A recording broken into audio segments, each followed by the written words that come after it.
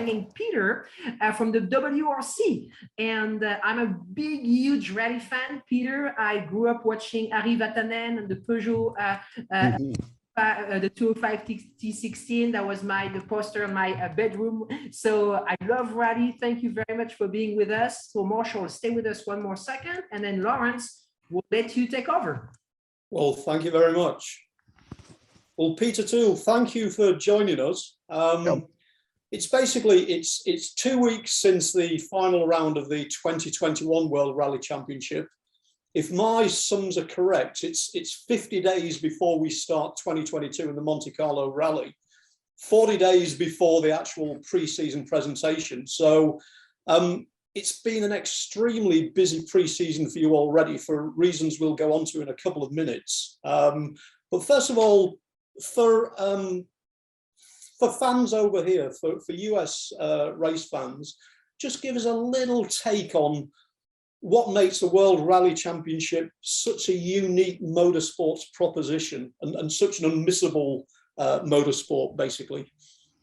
Yeah, we speak always, if it's coming to the athletes, to the drivers, to the crews, that it's a kind of decathlon. That means you have to be on every kind of surfaces very quick. That means on tarmac, on ice and snow Monte Carlo, on the foot snow in Sweden or Finland, on the gravel roads in Greece, on the bumps in Finland, and so on. And this is, and also it's all about teamwork. You have two guys in the car sitting, and the driver can only be that fast as you get the information from the co-driver, because you're driving into the unknown. The drivers only have one time to make the pace notes. This is a short description of the stage, and on the next passage it will be corrected, and the next time they go flat out, and no mistake, any slight mistake can end up in the woods.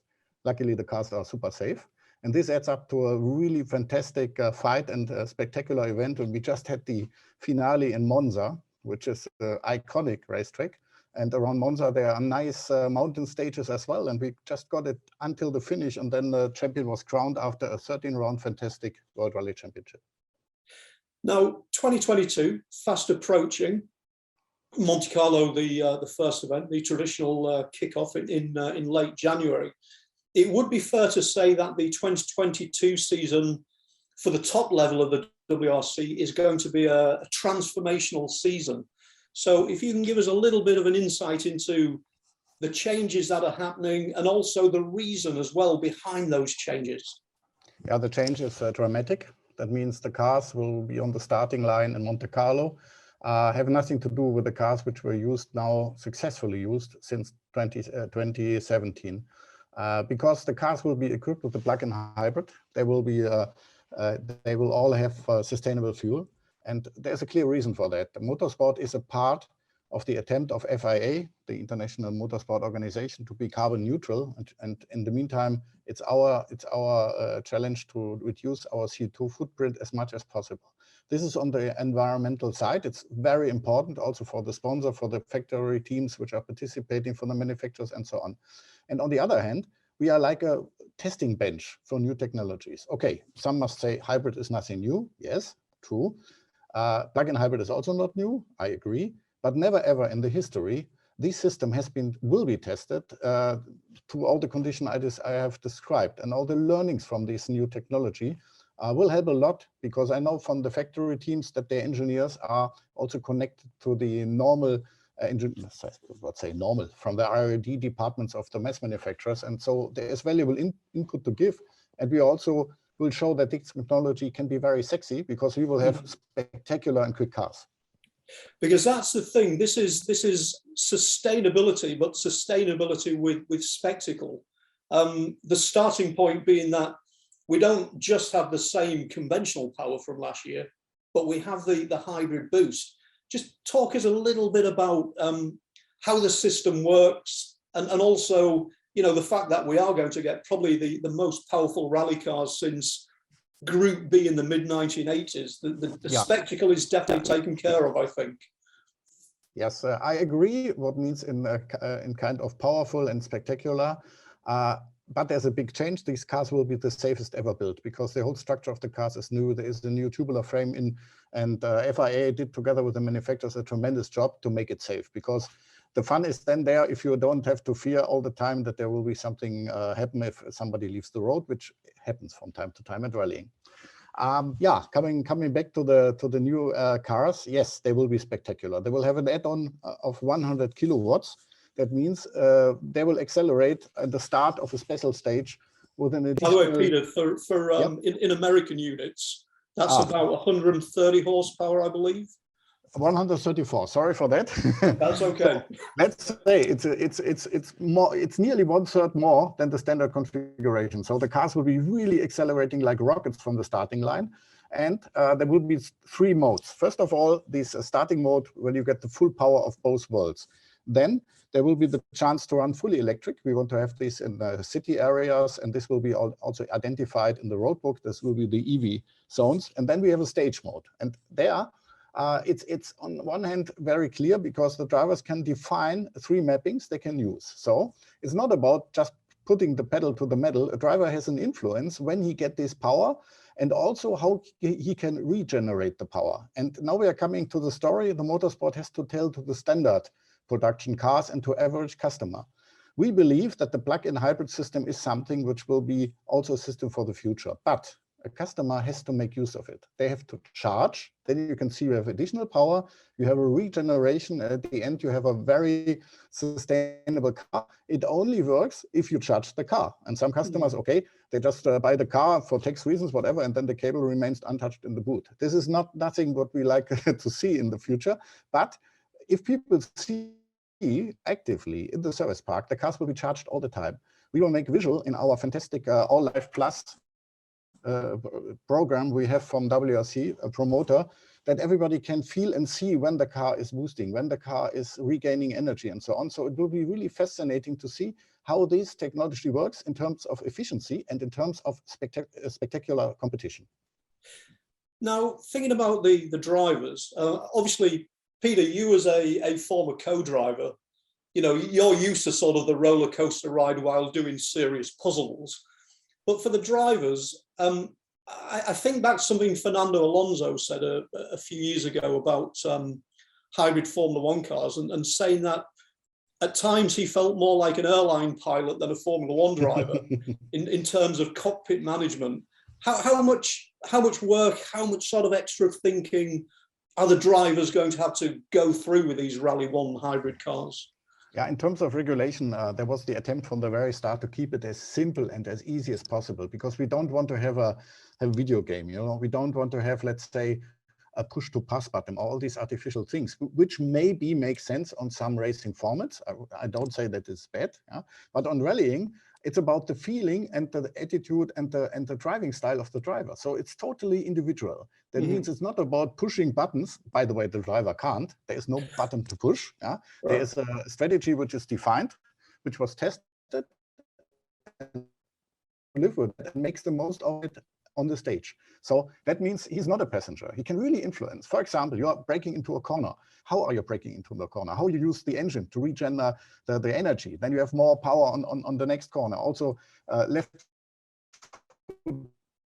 all this kind of stuff. And this will be an unknown land. And this led to the fact that, for example, Sebastian Ogier, who now won for the 8th time the WRC, normally he said, okay, now I'm a little bit tired, I want to stay with the family and I don't want to do a full season. But he is in Rally Monte Carlo because he's so curious to find out how these fascinating cars will behave. And yeah, there's another record WRC winner, Sebastian Loeb, no secret. He is also now trying to go there. It's not officially communicated, but we can have a battle of the giants, which will meet young and fast drivers. I give an example, Kalle Rovanperä and also Oliver Solberg, who come a little bit more from this gaming corner, but they're very smart guys. So it will be quite interesting to see these icons of rally sport who have all this feeling in their feet with these new guys. And so I'm really curious how will be the outcome on the Rally Monte Carlo, which is on top one of the most difficult rallies due to the weather changes, surface changes, ice, snow, fog, whatever you want, dry roads, rain, everything. So I can't wait to see this out of the rally, and I think this will be a big, big spectacle. And at the same time as adding hybrid, changing to the space frames, the sustainable fuel, you're also taking a quite a big bunch of stuff away from the cars as well to put the onus more on the drivers. Just talk a little bit about how you're simplifying and removing certain things as well.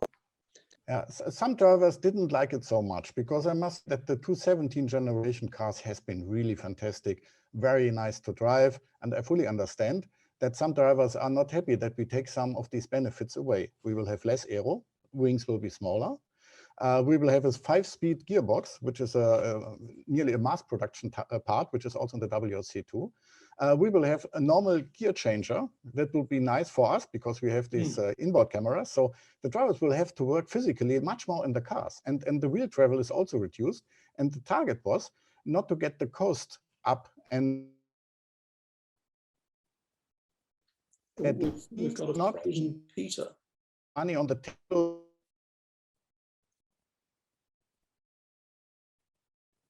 You hear me? Peter, I think we lost you for a while there. I think we got a little bit of freezing. I think it was a sort of the equivalent of a hybrid integration glitch. Just lost the last of that last couple of sentences. But I think the onus definitely going back on the drivers with a lot.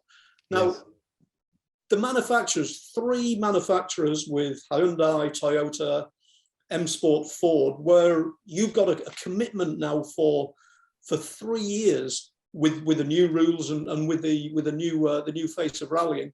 That's got to be a great position to be in. The fact that you can introduce these with such stability and such buy-in from the manufacturers.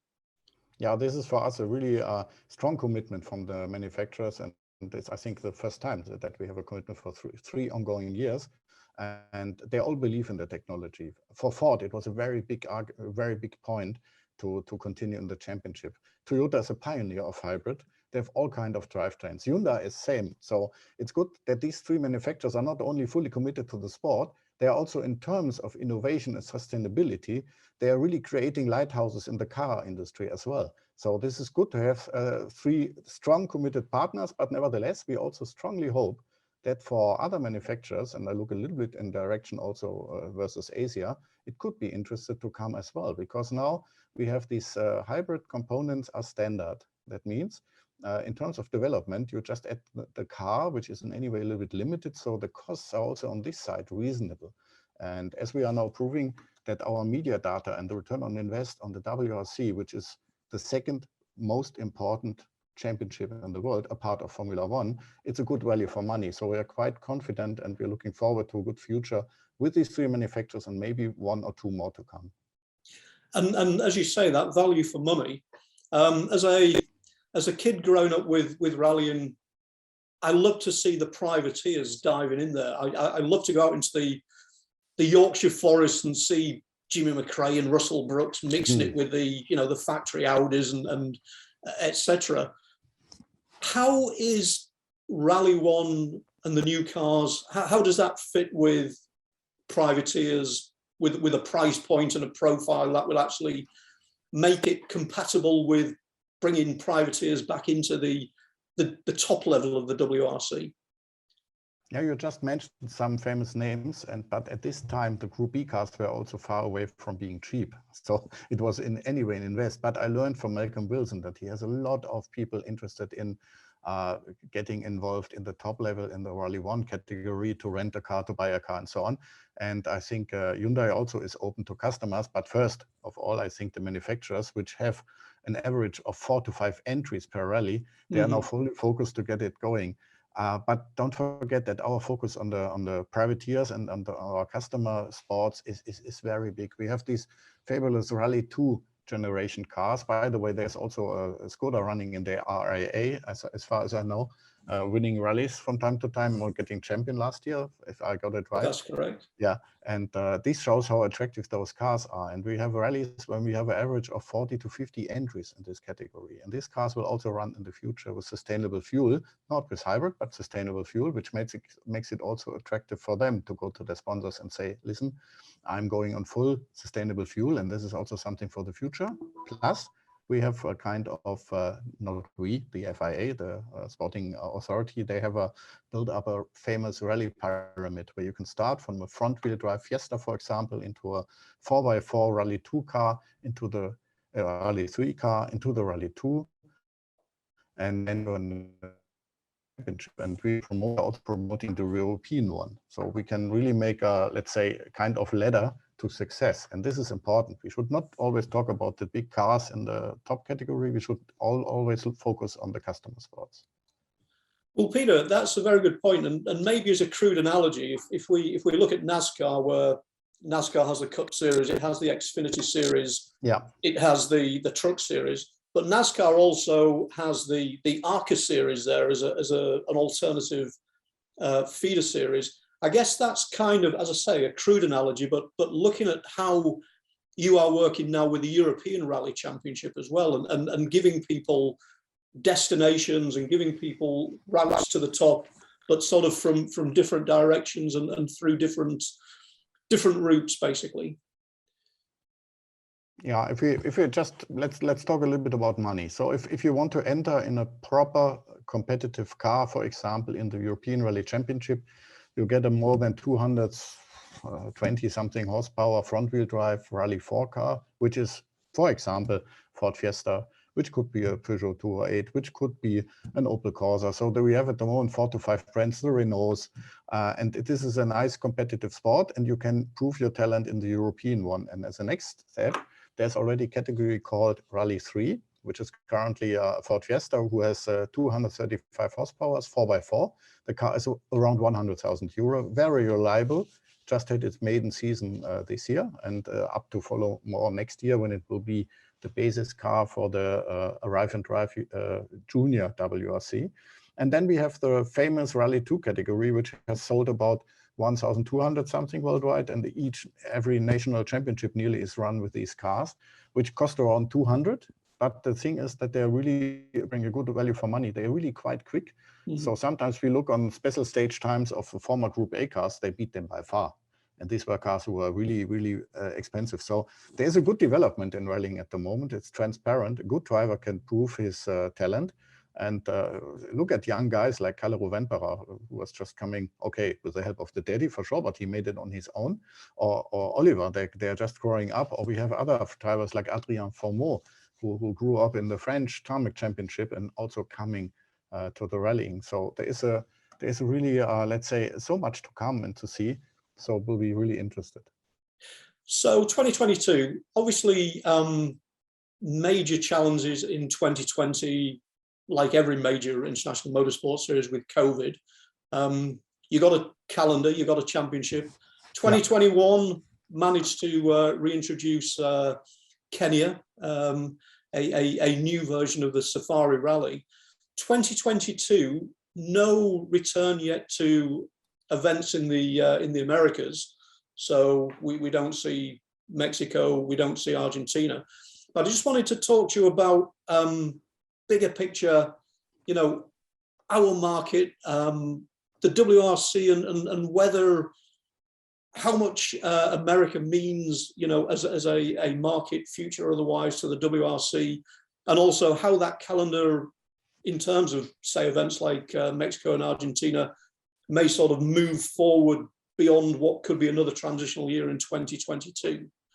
First of all, we are very sad that Mexico and Argentina are not in, because they are iconic events and with a very professional organization. But we had the problem that you just said it, COVID makes it very difficult in the first half of the year to go overseas. On top of that, we have the new technology to come. So this was one of the parts. Again, we want to go back as soon as it's possible.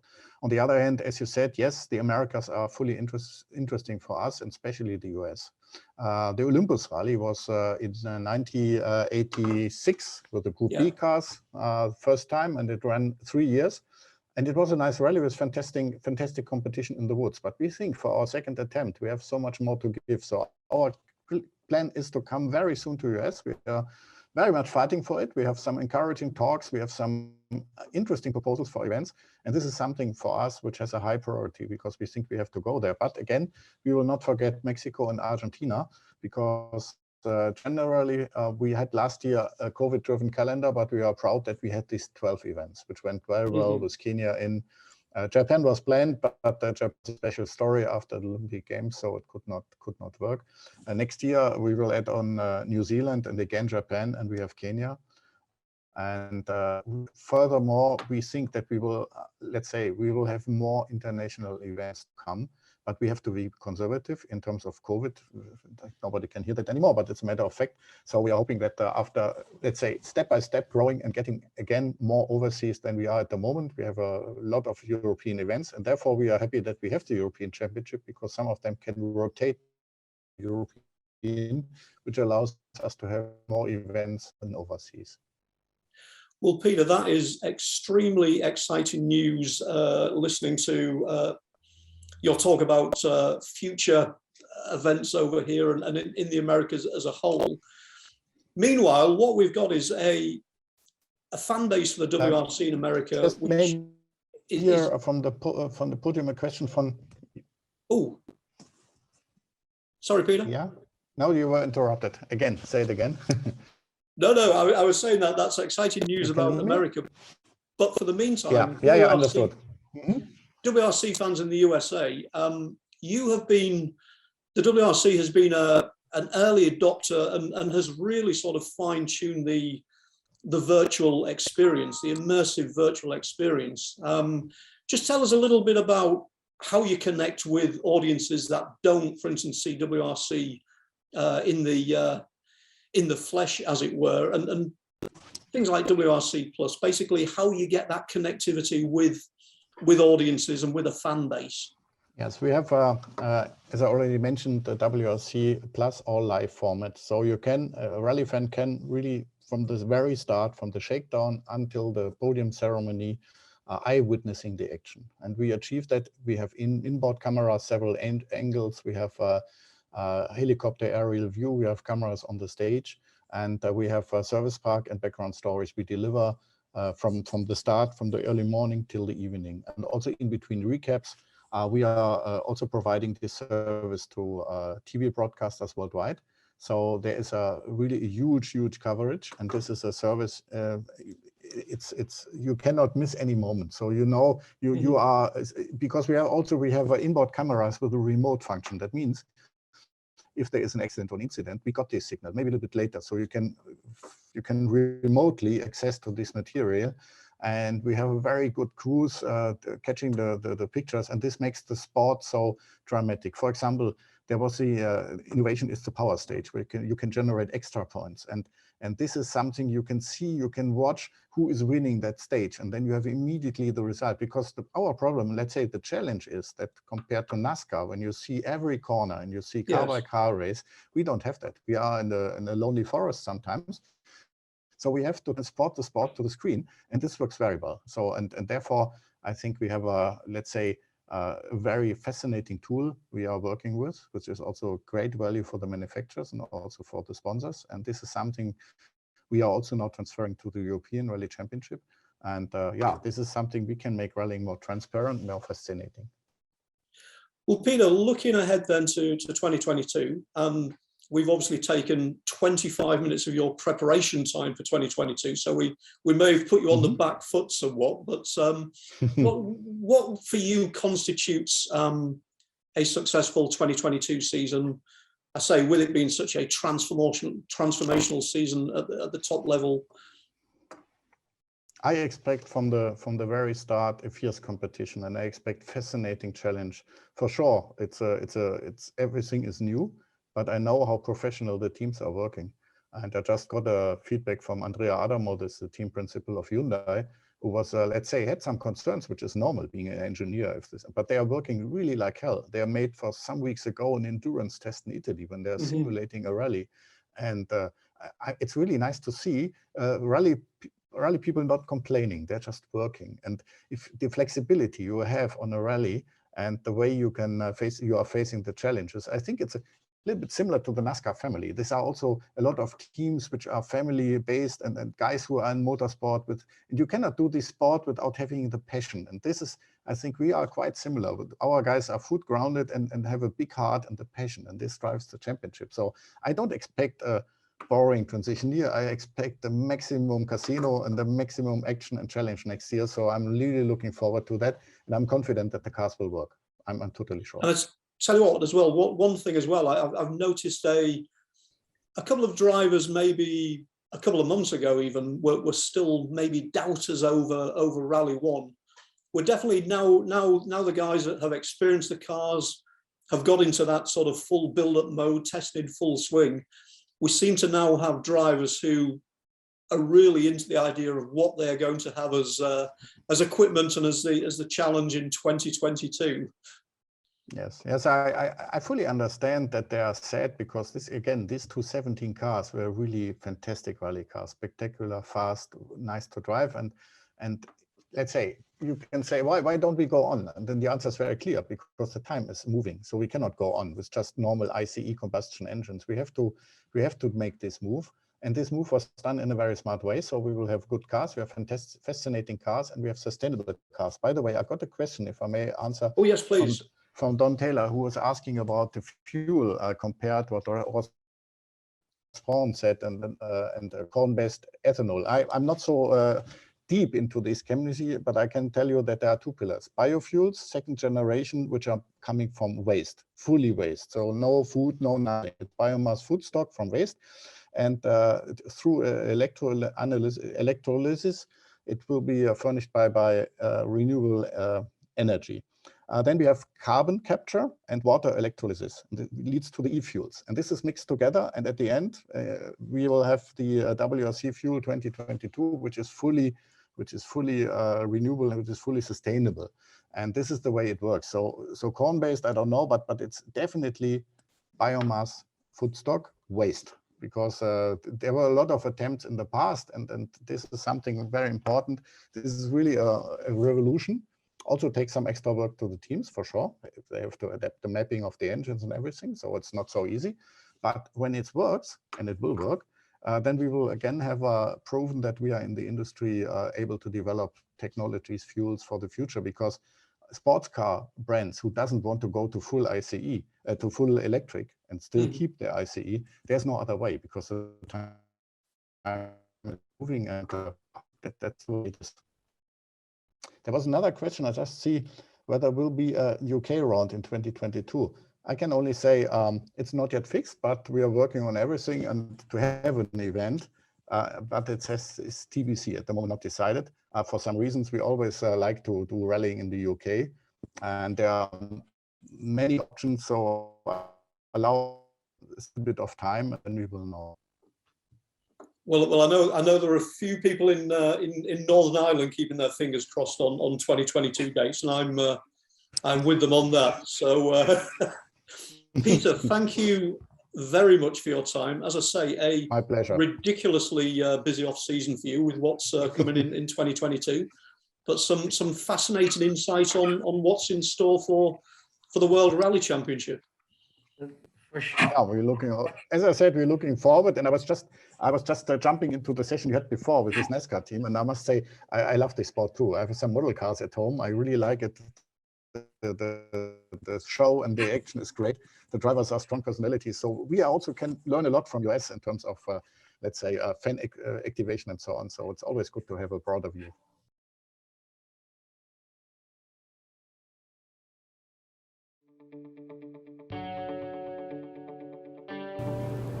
The concept for ePartTrade is basically, in my opinion, there's a big hole in the internet. So the internet started many years ago, but there's never been an online business community for racers on the World Wide Web. The need for ePartTrade is actually quite obvious. Basically, people in the business of auto racing need a place online to hang out and get their problems solved. It's extremely simple for a buyer or for a supplier to interact on the platform. The first thing you need to do is sign in, which is free. And the second thing is, when you see a product that you're interested in, all you need to do is click on request more information. If it's a company, you click on request more information, and then from there, it is forwarded directly to the buyer or to the supplier. You can go to ePartTrade.com, you become part of a community of businesses in racing, and it makes sourcing products much easier than just on the internet or using Google. At ePartTrade, there is no e-commerce. It's literally a connection just like at a trade show. So now, any time of the year, a buyer could reach out to a supplier through an email. More than that, it's a place to go just to keep current every day. So it's a good place to start your workday in your racing business or in your offices of your professional race team. And you know you're current when it comes to new technology, industry news, technical papers, technical videos, all of that and more. We're not looking for a million hits per day. All we want is people who are really the volume buyers of racing products in the racing industry to be part of the little world of ePartTrade. We have racing businesses participating from around the world.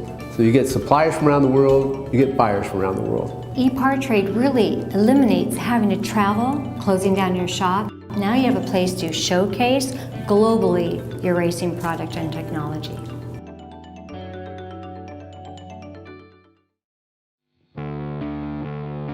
There are two types of people, racers and everyone else. Racer Magazine is for those who believe that racing is a way of life. Racer embodies the excellence that defines a sport driven by passion, courage, and ingenuity. Get 1 year of both Racer's print and digital edition for only $39 with instant access to our entire digital issue archive. Subscribe now at info.racer.com.